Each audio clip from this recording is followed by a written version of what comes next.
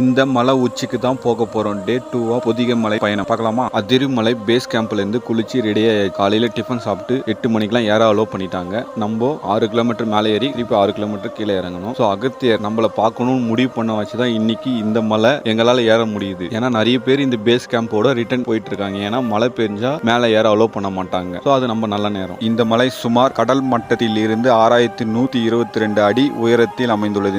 இந்த மலையில தான் தாமிரபரணி ஆறு உருவான இடமே இந்த மலையில தான் உருவாகுது. இந்த மலையில இருக்கிற மூலிகளை வைத்து நிறைய பேருக்கு முனிவர் வைத்தியம் பார்த்திருக்கான்றது ஐதீகமும் இருக்கு. இங்க ஒரு உரல் கல்லும் இருக்கு. இது பாருங்க, போற வழியில இந்த மாதிரி 3 ரோப் கேர் இருக்கு. இது ஏறினாதான் மேலே ஏறி கஷ்டப்பட்டு வந்ததுக்கான பலன் கிடைக்கும். இதோ பாருங்க.